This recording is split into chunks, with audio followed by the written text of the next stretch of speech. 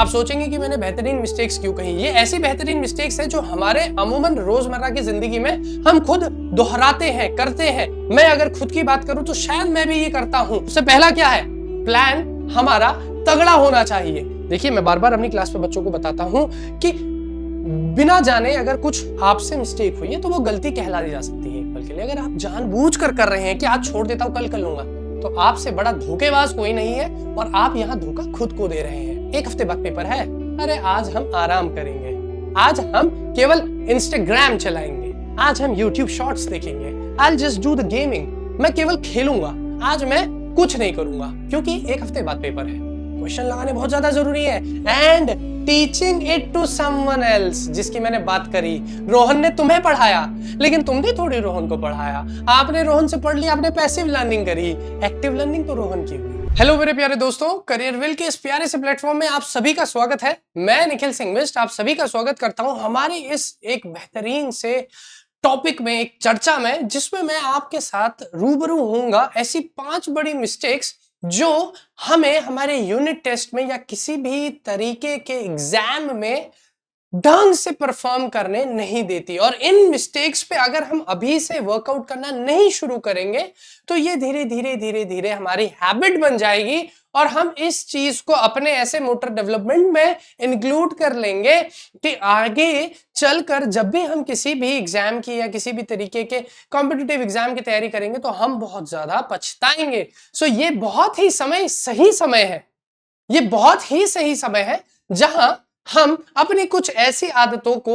सुधार लें, ऐसी कुछ मिस्टेक्स से बचे जो गलतियां आगे जाकर बहुत बड़ी हमारे लिए दिक्कतें पैदा कर सकती है।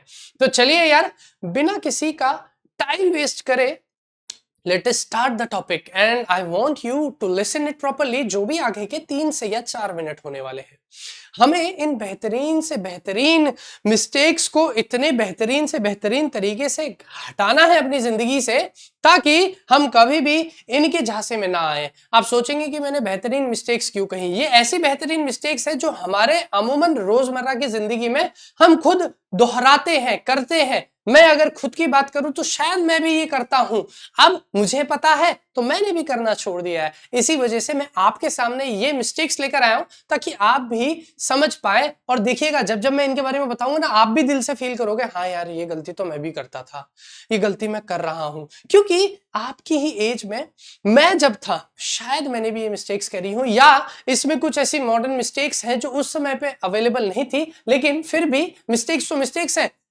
फोन में नहीं, सोशल मीडिया में नहीं, तो कहीं ना कहीं तो समय जाया होता है। तो ये एक एज ऐसी है जहां हमें समझना और सीखना पड़ता है कि हम इन मिस्टेक्स को ना दोहराएं। तो सबसे पहले मैं बेटा आपको प्रेजेंट करना चाहूंगा हमारी सबसे पहली सबसे बड़ी मिस्टेक। अभी हमारे यूनिट टेस्ट आने वाले हैं और यूनिट टेस्ट में ही हमारा पहला पड़ाव शुरू होता है, जहां अभी तक हम जो पहले पहले चैप्टर हर सब्जेक्ट के पढ़ चुके हैं। स्पेशली मैं उन बच्चों से कह रहा हूं जो बोर्ड्स की तैयारी कर रहे हैं, उनको इन चीजों का बहुत ही ज्यादा खासा ध्यान देना है।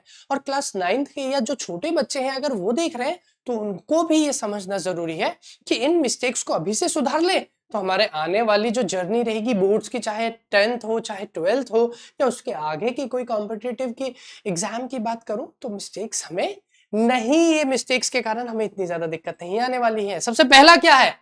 प्लान हमारा तगड़ा होना चाहिए। देखिए, अगर हमारे पास कोई स्टडी प्लान ही नहीं है, हम शेड्यूल ही नहीं है, रोज सुबह उठने के बाद मुझे पता ही नहीं है मैं क्या करूंगा, सोने से पहले मैं क्या कर रहा था, सोने के बाद जब मैं दोबारा उठूंगा पूरे दिन में मैंने क्या करना है, मुझे अगर पता ही नहीं है तो कैसे काम चलेगा, आप ही बताओ।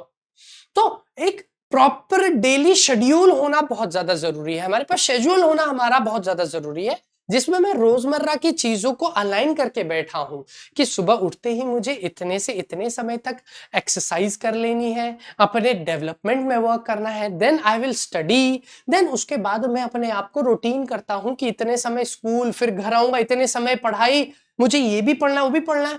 तो आपके पास प्लान होना जरूरी है। और सबसे बड़ी मिस्टेक क्या होती है? हमारे पास कोई स्टडी प्लान ही नहीं है। अब हमारे पास कोई अच्छा सा स्टडी प्लान ही नहीं है तो हम कैसे पढ़ेंगे? सबसे बड़ी दिक्कत क्या आती है? सबसे बड़ी दिक्कत आती है कि हम कुछ भी बिना किसी प्लान के, स्ट्रक्चर के अपने आप को बस झोंक देते हैं टॉपिक्स में। अरे बैठे पढ़ने, पता ही नहीं है, तुमने बोला यार ऐसा करता हूं राजू, आज मैं अपने मन से हिंदी पढ़ लेता हूं। दूसरे दिन, अरे यार आज स्कूल में इंग्लिश वाली मैम ने डांट दिया, आज इंग्लिश पढ़ देता हूं। है, अरे यार कल सुबह स्कूल जाते ही मैथ्स का पेपर है, आज तो मैथ्स पढ़ना पड़ेगा। स्टडी प्लान होना बहुत ज्यादा जरूरी है। तो सबसे पहली चीज हमें ध्यान क्या देना है, हमारे पास स्टडी प्लान होना बहुत ज्यादा जरूरी है। और स्टडी प्लान के लिए हमारे पास कुछ सॉल्यूशंस हैं बेटा। ये कुछ ऐसे सॉल्यूशंस हैं जो मैंने अपनी तरफ से आपके लिए यहाँ पे प्रेजेंट कर रहे हैं। आप इससे बेहतर अगर ढूंढ सकते हैं तो और भी बढ़िया, लेकिन अगर आपको प्लेटर हो रहा है एक ही जगह पे सब कुछ, तो क्यों ना उसका फायदा उठाया जाए। Let us go through these points. Solution क्या है? सबसे पहली चीज, अपना क्लियर गोल समझो, आपको करना क्या है। आपने अगर वो अपने माइंड में क्रिएट कर लिया है, अपने आप को स्थिर कर लिया, अपने आप को सक्षम बना लिया है, तो सबसे पहली विल पावर आपके पास आ चुकी है। आपने अगर अपना गोल बना लिया है, उसके बाद अपना कुछ नहीं करना, रोजमर्रा का वीकली आपने बोला इस हफ्ते में टारगेट लेता हूं कि मैं अपने 3 सब्जेक्ट्स के पहले पहले चैप्टर्स कंप्लीट कर लूंगा। अपने आप को आपने शेड्यूल कर लिया वीकली प्लानर के अकॉर्डिंग। अब आपको क्या करना है, उसका डेली पोर्शन बांट के रखना है। तो सबसे पहले अपना एक वीकली और डेली टारगेट बना लो।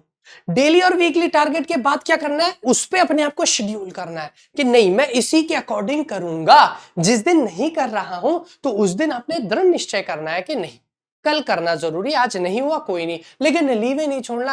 अरे कोई नहीं यार आज रहने देता हूं, इतने में छोड़ देता हूं, कल आगे। No no no no, not such mistakes. देखिए मैं बार बार अपनी क्लास पे बच्चों को बताता हूं कि बिना जाने अगर कुछ आपसे मिस्टेक हुई है तो वो गलती कहला दी जा सकती है एक पल के लिए। अगर आप जानबूझकर कर रहे हैं कि आज छोड़ देता हूं कल कर लूंगा, तो आपसे बड़ा धोखेबाज कोई नहीं है और आप यहां धोखा खुद को दे रहे हैं। तो आपको क्या करना है, उस शेड्यूल में टिके रहना है। Then next, follow the 3R method. अब 3R मेथड क्या है? सब अलग अलग अलग अलग, देखो ऐसा नहीं कि मैं कहीं से कोई अलग ही टेक्निक उठाकर ले आया या कुछ नहीं, बहुत बेसिक सी चीज है, हमें पता भी होती है, लेकिन हम नहीं करते उस चीज को। अब मैंने उस चीज को थोड़ा हाईलाइट कर लिया क्योंकि मैंने उस चीज पर फोकस करा, अब मैं आपको वो मेथड बनाकर दिखा रहा हूं, लेकिन कोई बड़ी बात है नहीं। 3R मेथड का मतलब क्या है? 3R से आप समझ रहे होंगे कि मैं बात कर रहा हूं हमारे RRR की, किसकी? 3R मेथड की, जो कि है ये। 3R मेथड क्या कह रहा है हमें? 3R मेथड हमें ये बोल रहा है कि आपको कुछ नहीं करना, बस ये 3R में फोकस करना है। पहला R है रीड, दूसरा R है रिवाइज, तीसरा R है उसको रिकॉल करना। तो R R R, अभी मत सोचता भैया पिक्चर दिखाने की बात हो रही है, पिक्चर की बात नहीं हो रही है मेरे मित्र, केवल 3R। सबसे पहले आपको करना है रीड। जब तक आप पढ़ेंगे नहीं तब तक आपको पता नहीं होगा कि पढ़ना क्या है। रीड करने के बाद उसको रिवाइज करना जरूरी है कि आपने जो पढ़ लिया उससे आपको क्या समझ में आया, है ना। जैसे आपने पूरा मैच देख लिया, मैच के बाद आप अपने फ्रेंड को समराइज करके बताते नहीं बताते, अरे भाई उस देख, आप हर एक बॉल के बारे में नहीं बताते कैसे खेला, लेकिन कुछ ऐसे मोमेंट्स होते हैं, वो मोमेंट्स आप बताते हैं। तो ऐसा ही स्टडी में भी है बेटा, आपको ओवरऑल रीडिंग करनी जरूरी है ताकि आप पूरा प्लॉट समझ पाए। लेकिन उन प्लॉट्स में से कौन से ऐसे रिवोल्यूशनरी टर्म्स थे, या कौन से ऐसे रिवोल्यूशनरी एक्शंस हुए, या फिर कौन से ऐसे पॉइंट्स हैं जो याद रखने हैं, तो उसके लिए आपको रिवाइज करना पड़ेगा। अब रिवाइज करने के बहुत से तरीके हैं, मैं आपको आगे बताऊंगा। ऐसे ही अगर मैं बात करूं कि आपने रिवाइज कर लिया, ठीक है, आपने पढ़ा रिवाइज करा, ओके, सुबह उठे रिकॉल करा, यार मैंने कल क्या रिवाइज पढ़ा था, कल मैंने क्या रीड करा था। सुबह उठते मेडिटेट करो, हाथ रखो, मेडिटेट करो। मेडिटेट का मतलब क्या है? रिवाइज कर लो जो पुराना था और जो आज नया करोगे। तो 3R मेथड का मतलब कुछ नहीं भैया, पढ़ना है सभी पढ़ते हैं, रिवाइज करना है बहुत कम ही करते हैं, रिकॉल करना तो उससे भी बहुत ज्यादा कम करते हैं। तो अगर मैं बोलूं रीड 70% व्यक्ति करता है, रिवाइज 20% करता है, रिकॉल केवल 1% करता है, और वही 1% आपका टॉपर होता है।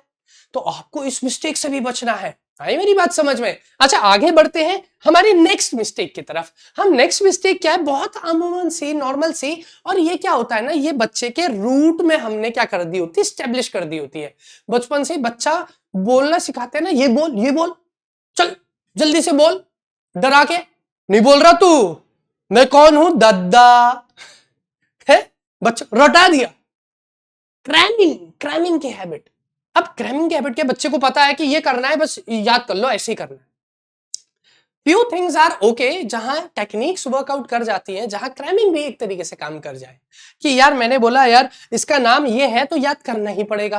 मैं बोला मेरा नाम निखिल है तो आपको याद करना ही पड़ेगा मेरा नाम निखिल है। इसको आप समझ तो सकते नहीं है ना। लेकिन जब हम साइंस की बात करें, मैथमेटिक्स, फिजिक्स, केमिस्ट्री, बायोलॉजी, ऐसे सब्जेक्ट्स की बात करें जहां लॉजिक, जहां इमेजिनेशन, जहां थिंकिंग अप्रोच बहुत ज्यादा है, वहां क्रैमिंग काम नहीं करती। और अगर आप मान लीजिए अपने आप को जेई नीट के लिए प्रिपेयर कर रहे हैं तो आपको ये डेवलपमेंट और ज्यादा तरीके से करनी पड़ेगी। दूसरी चीज, अगर आपको केवल बोर्ड्स पास करने हैं 10th के, तो भी आपको इस सेक्टर में अपना डेवलपमेंट करना पड़ेगा। तो याद रखिए, किसी भी चीज को रटने से बेहतर है समझिए। Memorising is not the key, understanding definitely works out. तो मैंने क्या कहा, लास्ट मिनट क्रैमिंग। अब इसमें मैंने क्रैमिंग के साथ एक और चीज जोड़ी जो कि है last minute.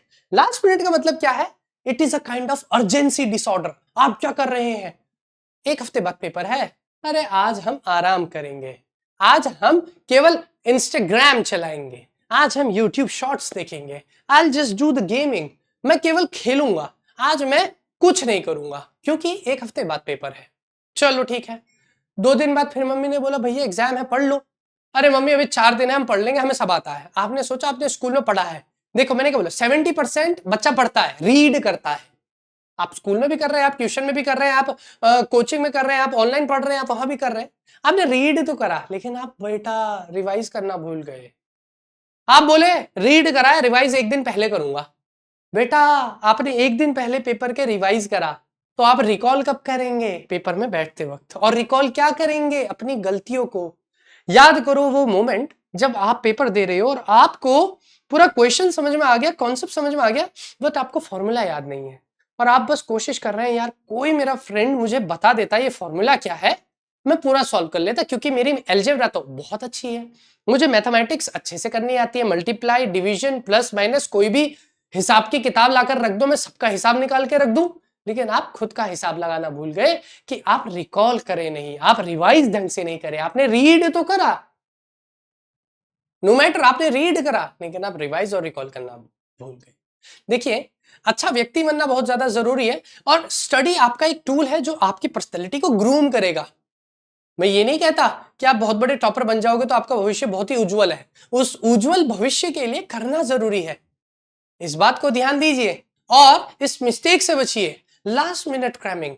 C, instead of this, last minute cramming से होता क्या है, लास्ट मिनट क्रैमिंग केवल रीडिंग और मेमोराइजिंग से काम नहीं चलता भाई। केवल रीडिंग, मेमोराइजिंग, इससे काम नहीं चलता। काम किससे चलता है, सोल्यूशन, सोल्यूशन पे वर्क करते हैं। मैंने पहले जैसे बोला, मेमोराइजिंग से बेहतर है आप अंडरस्टैंडिंग में कूदिए, आप अंडरस्टैंड करने की कोशिश करिए चीजों को। आप और क्या बेहतर कर सकते हैं, आप अपनी अर्ली प्रिपरेशन पे वर्क कर सकते हैं।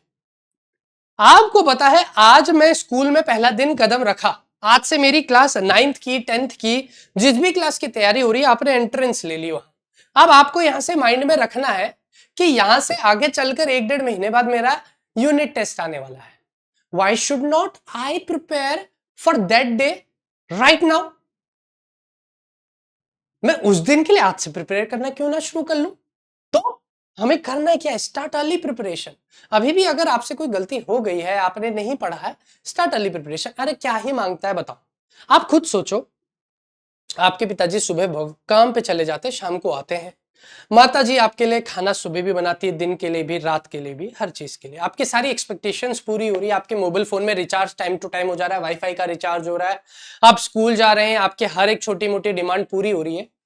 आप सोचिए, instead of that what you need to do is you just need to come home, rest, do your studies, play, come back, eat, watch TV, sleep, get up early, do the same thing, do some exercise for yourself. These are the basic things. अगर ये आप अपने लिए, ये जो भी चीजें चल रही है सिर्फ आपके लिए ही तो चल रही हैं। आप खुद सोचिए इस बात को। अब बात आती है अर्ली प्रिपरेशन की। जब मैंने बोला पढ़ने की बात है, आप सोचिए, आप घर में बैठे हैं, कुछ नहीं करा आपने, जो स्कूल में टीचर ने पढ़ाया था आपने उसको प्रैक्टिस कर लिया। 4 क्वेश्चन मैथ्स में आपने स्कूल में करे थे, आपने उन चारों को प्रैक्टिस कर लिया। आपके पिताजी काम से जब घर आएंगे, अपने बेटे को करता हुआ देख, क्या उनके अंदर प्राउडनेस नहीं आएगी? आपकी माता जी आपको देख रही है, नहीं यार बेटा आज पढ़ रहा है, शांति से बैठकर काम कर रहा है instead of using mobile phone, उन्हें अच्छा नहीं लगेगा क्या? तो अर्ली प्रिपरेशन से फायदा तो आप ही का है यार। आप क्या बनेंगे? एक होनहार व्यक्ति बनेंगे। होनहार का मतलब ये नहीं होता जो सारे काम कर ले। होनहार का मतलब है आप जो भी काम कर रहे हैं उसे ऐसे मन लगा के करें कि आसपास की बातें भूल जाएं, क्या बोल रहे हैं, क्या कह रहे हैं, क्या मैं सुन रहा हूं। Study early preparation. तो आप इस चीज का ध्यान दीजिए। अभी भी अगर आप ये वीडियो देख रहे हैं तो आपको ये ध्यान देना है कि मैं इस अर्ली प्रिपरेशन पर वर्कआउट करना शुरू कर दूं, यानी कि आज ही से। अरे क्या ही दिक्कत है यार, 25-25 मिनट के स्लॉट मान लो, 15-15 मिनट के मान लो। चलो 15 मिनट आपने एक सब्जेक्ट को दिया, आपने एक क्वेश्चन भी 15 मिनट में करा, आप रुक जाओ, 10 मिनट का ब्रेक लेके आप दूसरा सब्जेक्ट इस्तेमाल कर लो। लेकिन आपको दृढ़ निश्चय करना बहुत ज्यादा जरूरी है। आप मान लीजिए 10 मिनट के लिए मोबाइल फोन भी यूज कर रहे हैं, तो आप पहले से ही टाइम शेड्यूल कर लीजिए कि भैया 10:58 में शुरू कर रहा हूं तो 11:08 पे फोन को छोड़ना ही है, कुछ भी हो जाए। और अगर आपने अपने आप को एक बार ऐसे ओरिएंट कर लिया और ये तरीका आपने लगभग एक दिन में 10 बार भी कर लिया, ओवरऑल में शेड्यूल करके फोन छोड़ने का या कोई भी एक्टिविटी छोड़ने का जिसमें भी आपका माइंड डाइवर्ट हो जाता है, आप देख लेना, मैं गारंटी दे रहा हूं, आप इतने ज्यादा एक तो कंसंट्रेटेड पर्सन बन जाएंगे, दूसरा टाइमली वर्क करना शुरू कर देंगे, पंक्चुएशन जिसकी बात करते हैं। चलिए आगे बढ़ते हैं। And there is follow the 3R method. किसको करना है हमें फॉलो? हमारे 3R मेथड को करना है। इस पे भी बहुत ज्यादा जरूरी है उसकी बात, ठीक है। अब बात करते हैं मिस्टेक नंबर 3। मिस्टेक नंबर 3, ये कुछ ऐसी अमूमन सी मिस्टेक्स है भैया जो बेसिक होती हैं। सबसे पहले पढ़ना ही क्या है पता ही नहीं है, नो स्टडी प्लान। दूसरा, जो पढ़ना है रट दो, ला अनुष्का मुझे फोटो भेज दे यार, कल पेपर है बहन, आज पढ़ लूंगा मैं रातों रात, तो जानती नहीं मेरी मेमोरी को। Memorising is not the concept, it is not the key, understanding is most important, mark this. Now comes third mistake, very iconic mistake, ignoring difficult subject or topic. अब आपको पता है कि मुझे ये नहीं आता, तो आप क्या कहेंगे? इसे छोड़ दे यार, वो बता जो आसान है।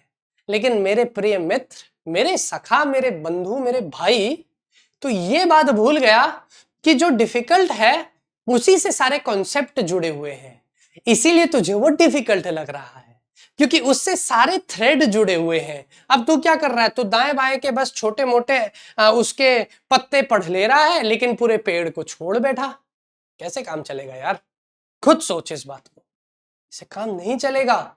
आपने कभी भी जो डिफिकल्ट टॉपिक्स हैं उन्हें नहीं छोड़ना, जो डिफिकल्ट सब्जेक्ट है उस पर ज्यादा साथ देना, उस पर ज्यादा काम करना है, उसको ज्यादा स्टडी करना है।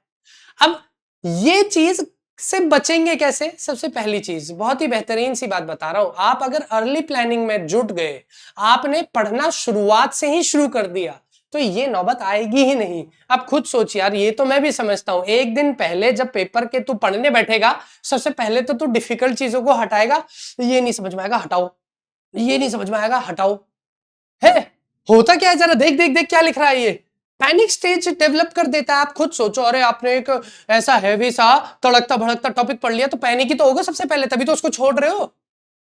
पैनिक स्टेज पैदा हो जा रही है भैया, मन में क्या डर, फेयर, चिंता, वरी, एंजाइटी, परेशान, एक नया शब्द आ गया बच्चों को, मैम मम्मी मेरे को परेशान कर दिया, मैं डिप्रेशन में हूं। भाई तुमने बस ये शब्द बना दिए, these are synonym of each other, fear, worry, anxiety. कुछ नहीं कहते, उसको बोलते हैं डिफिकल्ट टॉपिक को देखकर डर आ जाना मन में, अरे दैया ये क्या हो गया, पैनिक, हटाओ इसे हटाओ, मैं नहीं कर सकता। इस मिस्टेक से बचना है, बिल्कुल से इस मिस्टेक का बचना, आपको इस मिस्टेक से अपने आप को बचाना है। These are your solution instead of passive learning या रीडिंग। आपने क्या करा? अरे टॉपिक लाओ लाओ, बताओ बताओ, ऊपर ऊपर देख लिया, बुक से बस धड़ धड़ धड़ धड़ पढ़ लिया। पैसिव रीडिंग नहीं करनी बेटा। पैसिव रीडिंग का मतलब है खाली ऊपर ऊपर, मैम ने बताया ऊपर ऊपर सुन लिया, तुमने कहा यार अच्छा हाँ मैम ने पढ़ाया था, अरे यार रोहन बताना तो जरा क्या पढ़ाया था मैम ने, उसने ऊपर ऊपर पढ़ा, उसका क्या हो रहा है? रिवीजन हो रहा है, उसने टीचर से पढ़ा, now he is teaching you. अब आप क्या कर रहे हो? आप तो पैसिव लर्निंग कर रहे हो यार। अब आप अगर अपने आप से रोहन को समझा पाओ तो आपकी एक्टिव लर्निंग हुई ना। आप तो रोहन से बस सुन रहे हो, सुनकर कहां तक चले जाओगे? तो इंस्टेड ऑफ पैसिव लर्निंग आपको क्या करना है, engage with text book and NCERT. आपको अपनी एनसीईआरटी और टेक्स्ट बुक्स अलग अलग, अगर मान लीजिए एक तो एनसीईआरटी का टेक्स्ट बुक है, पहले तो इतना ही काफी है, अलग जाने की जरूरत नहीं है, लेकिन फिर भी आप शौकिया हैं, आपको पढ़ने का लुत्फ उठाना, आनंद उठाना, अपने और टेक्स्ट बुक भी रखिए, पढ़ो, पढ़ने के लिए रखिए, पहले तो पढ़ो, पढ़ने के बाद डिस्कशन करो। Next is your summarising and questioning. आपने पढ़ लिया, लेकिन क्या आप उसको समराइज करके, समराइज का मतलब क्या है, इधर आप बता रहे हैं किसी और को भी या खुद को कि ये पढ़ा, ये पढ़ा, ये पढ़ा, ये पढ़ा, उसके बाद आपने क्या उसके क्वेश्चन लगाए? अबे क्वेश्चन ही नहीं लगाए तो क्या फायदा रे? क्वेश्चन लगाने बहुत ज्यादा जरूरी है। And teaching it to someone else, जिसकी मैंने बात करी, रोहन ने तुम्हें पढ़ाया, लेकिन तुमने थोड़ी रोहन को पढ़ाया। आपने रोहन से पढ़ लिया, आपने पैसिव लर्निंग करी, एक्टिव लर्निंग तो रोहन की हुई। तो हमेशा याद रखें, पहले पढ़ाई शुरू कर ले ताकि ये स्टेज ना आए, और इससे बचने के निवारण आपके ये है। अगर मैं बात करूं आपसे मिस्टेक नंबर 4 की, भाई मिस्टेक नंबर 4, मिस्टेक नंबर 4 क्या है? Passive reading without active engagement. उसी का आगे बढ़ गए हम। ये देखो, हर एक चीज टुकड़ों टुकड़ों में चल रही है, आपके पास प्लान ही नहीं है। प्लान ही नहीं है तो आप कैसे पढ़ेंगे? फिर आप क्या कर रहे हैं? क्रैमिंग कर रहे हैं। क्रैमिंग के बाद आप आगे बढ़े, आपने इग्नोर कर दिए इंपॉर्टेंट टॉपिक्स को। अब इंपॉर्टेंट टॉपिक्स क्यों इग्नोर करें? क्योंकि आप तो एक्टिव लर्निंग कर ही नहीं रहे, आपने पैसिव रीडिंग कर ली बिना किसी एक्टिव एंगेजमेंट के, तो उसका निवारण तो आपको बता ही रहे थे। अब देखिए जरा, इससे क्या होता है? On depending upon the outsource notes, if, जैसे कि इसको क्या कह रही है? Chopping of your feet. Chopping of your feet का मतलब होता है अपने ही पांव पे कुल्हाड़ी मार देना। तो ये इसकी बात कर रहे हैं इधर हम। आपने क्या करा? आप डिपेंड हो गए। आप किस पे डिपेंड हो गए? आपने बोला यार प्रीति दे दे यार, नोट्स भेज दे मुझे। आपने बोला रोहन भाई आज ग्रुप स्टडी करेंगे, आजा मेरे घर आजा। अरे तुम क्यों बुला रहे हो उसे? तुम इसलिए बुला रहे हो क्योंकि तुम्हें आता नहीं है, तुम सोच रहे हो पढ़ेगा, मुझे भी कुछ पढ़ा देगा, मैं भी इसके चलते आगे बढ़ जाऊंगा। हो रहा है नहीं हो रहा है माइंड में? ये मिस्टेक्स, इन मिस्टेक्स से बचना है। आपने क्या करा? कुछ नहीं करा, गूगल में गए, यूट्यूब पे गए, उसने बोला आज मैं तुम्हें 1 घंटे में तुम्हें पूरा सिलेबस करा दूंगा। अरे सिलेबस टीचर गलत नहीं कर रहा है, टीचर तो पढ़ा देगा, लेकिन आप क्या समझ पाएंगे? नहीं, क्योंकि आपकी एक्टिव लर्निंग तो हुई नहीं है। वो जो बोल रहा है मैं 1 घंटे में पूरा सिलेबस पढ़ा दूंगा, वो टीचर उस बच्चे की बात कर रहा है पढ़ाने की जिस बच्चे को पहले से अंडरस्टैंड करी हो चीजें, ताकि वो बस रिवाइज करने आया हो। क्योंकि इतने सारे सब्जेक्ट हैं यार, इतने सारे चैप्टर्स हैं यार हर सब्जेक्ट के, तो आपको नहीं फिसलना उन चीजों में। आपने खुद को पहले झांकना है कि मैं किस लेवल पे हूं, उसके बाद आगे बढ़ना है। कैसे बचे? अपने खुद की राइटिंग हैबिट बनाओ, वही एक्टिव लर्निंग का सबसे पहला एक आधार है। आपने पैसिव लर्निंग कर ली, क्या आप उसको लिख पा रहे हैं? तभी तो वो एक्टिव में कन्वर्ट होगी। एक्टिव लर्निंग का सबसे पहला महत्वपूर्ण स्तंभ क्या है? बेटा develop writing habit. Writing habit को डेवलप करो, start creating your own notes, use flash cards. अब ये तो बहुत ज्यादा फैंसी सा हो जाएगा, लेकिन फिर भी जब आप रिवाइज करें, आपने पढ़ लिया, आपने रिवाइज करा, आपने क्वेश्चन करा, क्वेश्चन में आपको एक बेहतरीन सी खुद ब खुद ट्रिक पहचान में आ गई। आपने क्या करा? आपने उस ट्रिक को अलग से क्या करा? नोट में लिख लिया। फ्लैश कार्ड बोलते हैं उसको, या फिर बुक मार्क बोलते हैं, ताकि आपने अपनी स्पेशल टेक्निक्स लिख ली जिसको आपने फॉलो करके बेहतरीन से बेहतरीन प्रदर्शन करके दिखाया। ये सब चीजें खुद से डेवलप होती है। यूज डायग्राम्स टू विजुअलाइज, क्या विजुअल क्या करना है? ऑर्गेनाइज तरीके से अपने आइडियाज को कनेक्ट करने के लिए डायग्राम्स का इस्तेमाल करो, पिक्चर का इस्तेमाल करो, खुद से लिखने की हैबिट को ड्रॉ करो। आगे अगर मैं बताऊं, लर्न एंड टीच टेक्निक, भाई सबसे बेहतरीन तरीका होता है यार, ये सबसे बेहतरीन। You learn, you teach, you learn, you teach, you get knowledge, you teach. बेहतरीन, सबसे बेहतरीन तरीका, ज्यादा कहीं फंसने की जरूरत है ही नहीं। And now here comes your final and most important mistake, हद से ज्यादा बड़ी मिस्टेक है ये, कि आप बेटा अपने आप को प्रॉपर स्लीप और न्यूट्रिशन नहीं दे रहे। ये भाई आजकल की जनरेशन का सबसे बड़ा क्या है ना यार, ड्रॉबैक है। मैं अपने टाइम की भी बात करूं, मैं बोल सकता हूं अगर मैं पढ़ता नहीं था तो मैं सोता बहुत था। अरे यार मम्मी ने खिला इतना दिया, भयंकर भयंकर, अपने हाथ का ताजा ताजा बना और मैंने खा भी लिया इतना, नींद आ गई, सो गया। लेकिन आज का बच्चा तो वो भी नहीं कर रहा। फोन पकड़ के इतना फोन में लगा पड़ा है, आंखें हो गई कमजोर, बॉडी को कर रहा है श्रिंक, डेवलपमेंट है ही नहीं, अलग अलग कल्चर्स में चल रहा है, खाने को चाहिए पिज्जा बर्गर, मां का बना हाथ का खाना पसंद ही नहीं है, ना राइट न्यूट्रिशन ले रहा है, ना प्रॉपर स्लीप ले रहा है। बेटा ये चीज तो आपके हाथ में है, इसको कोई कुछ नहीं बदल सकता। इसीलिए इसके लिए इतना लंबा चौड़ा भाषण लिख कर लाया हूं, यहां से यहां तक लिख कर लाया हूं। क्या क्या दिक्कतें होती है सबने बताई हैं, फिर भी बता देता हूं।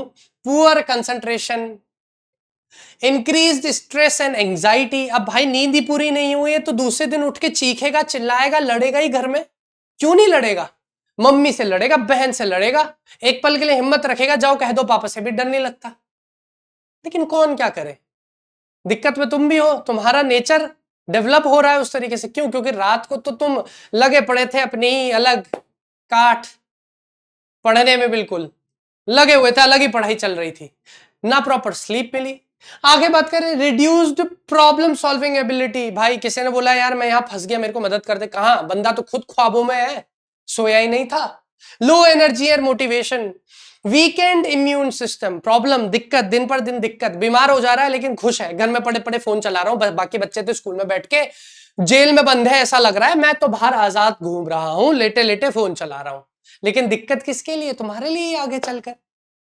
कैसे सोल्यूशन? भाई देखो, बच्चे हो तो 8 घंटे या 9 घंटे बिल्कुल सो, मैं मना नहीं करता, लेकिन ये बात कर रहा हूं मैं 7 तक के बच्चों के लिए। 8, 9, 10 अब आगे बढ़ रहे हो तो 7 घंटे की, फिर धीरे धीरे 6 घंटे की नींद काफी होती है।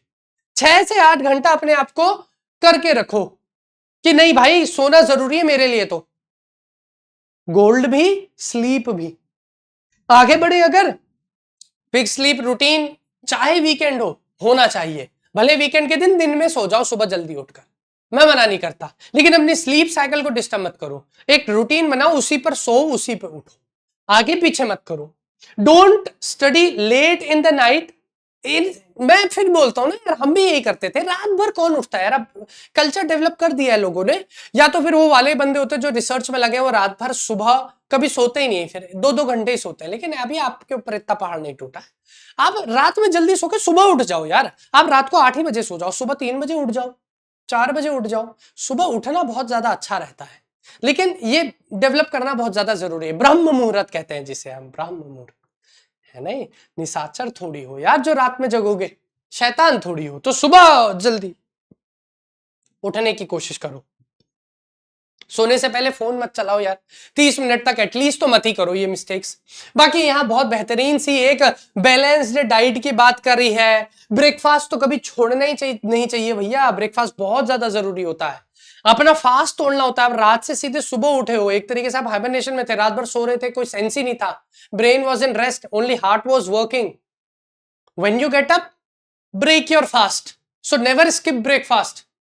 ईट हेल्दी, वेजिटेबल्स का इस्तेमाल करो, फ्रूट्स खाओ यार, तरह तरह के वेजिटेबल्स है। फिटनेस बनाओ यार अपनी, डेवलप करो अपने आप को, बेहतरीन बनाओ, ताकि किसी भी टफ सिचुएशन में अपने आप को एक्टिव कर पाओ। और देख ही रहो आजकल गोरा बारूद कहीं से कहीं गिर जा रहे हैं। खैर हमें तो टेंशन की जरूरत नहीं है, Indian army is with us, but फिर भी। And here comes stay hydrated, dehydration causes tiredness. याद रखना, अगर आपको प्यास लग रही है तो आप बहुत खतरनाक चीज कर रहे हैं। क्या कर रहे हैं? अपनी बॉडी को तड़पा रहे हैं पानी के लिए।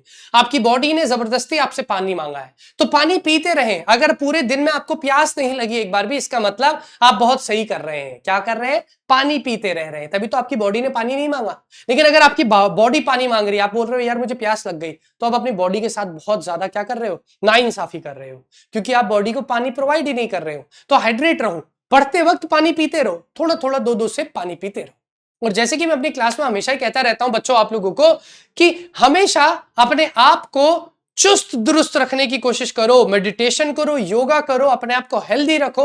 ईट हेल्दी, बी फिट, यही नारा लास्ट की मेरी मिस्टेक में उसके सोल्यूशन में आपके लिए था। और आपसे अब मैं लेता हूं अलविदा। Thank you so much. ये 5 मिस्टेक से बच जाओ बेटा, यूनिट टेस्ट क्या किसी भी एग्जाम में तोड़ फोड़ कर आओगे, आई गारंटी यू। और ये यूनिट टेस्ट में जो प्रिपरेशन आप छोटी छोटी कर रहे हो, ये वो ईट है, वो ऐसे ब्लॉक्स हैं जो आगे चलकर आपकी बोर्ड्स की फाउंडेशन रखेगी।